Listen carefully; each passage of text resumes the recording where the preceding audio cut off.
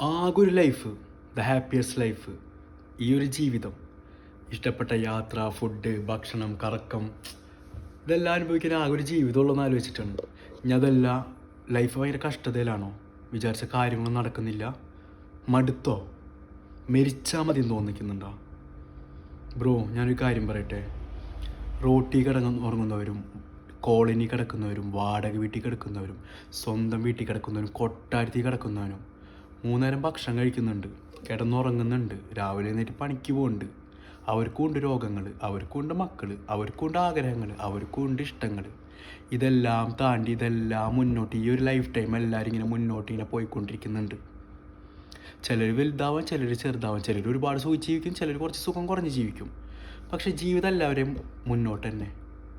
ഇവരെല്ലാവരും മരിച്ചു പോവുകയും ചെയ്യും. ഇവരൊക്കെ എല്ലാവർക്കും രോഗങ്ങൾ വരുന്നുണ്ട്. സോ ഭയങ്കര സീരിയസ് ആക്കി എടുത്തു കഴിഞ്ഞാൽ ഒന്നും നടക്കില്ല. പിന്നെ ഇപ്പോഴത്തെ കാര്യങ്ങൾ നടക്കുന്നില്ല, പ്രശ്നങ്ങളാണ്, പണമില്ല, it's just a matter of time. ഒരു സമയ വ്യത്യാസം ഉണ്ടാവും. ചിലപ്പോൾ ഇത്തിരി സമയം എടുക്കും, ചിലപ്പോൾ ഒരല്പം സമയം കൂടും. ചിലപ്പോൾ കുറേ പേര് ഭയങ്കര സുഖത്തിൽ ജീവിക്കുന്നുണ്ടാവും, കുറച്ച് പേര് കുറച്ച് സുഖം കുറഞ്ഞ് ജീവിക്കുന്നുണ്ടാവും. പക്ഷെ എല്ലാവരും മനുഷ്യൻ, ദൈവത്തിൻ്റെ മുന്നിൽ എല്ലാവരും മനുഷ്യൻ, എല്ലാവരും ഒരുപോലെയാണ്.